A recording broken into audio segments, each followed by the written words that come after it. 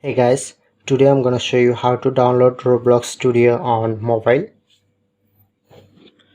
So first of all, go to the Google search option and then search it to Roblox.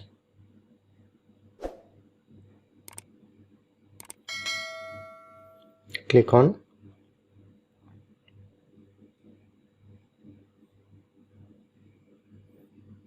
Continue in browser.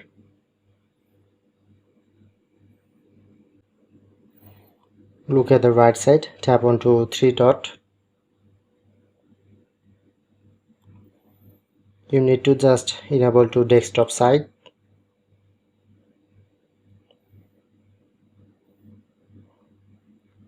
Okay.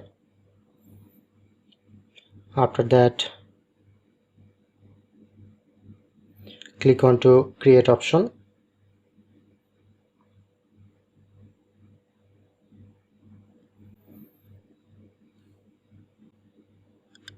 Okay, look here. Then showing here to Roblox Studio download option.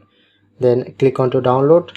Then successfully start download Roblox Studio and install Roblox Studio. So that's it.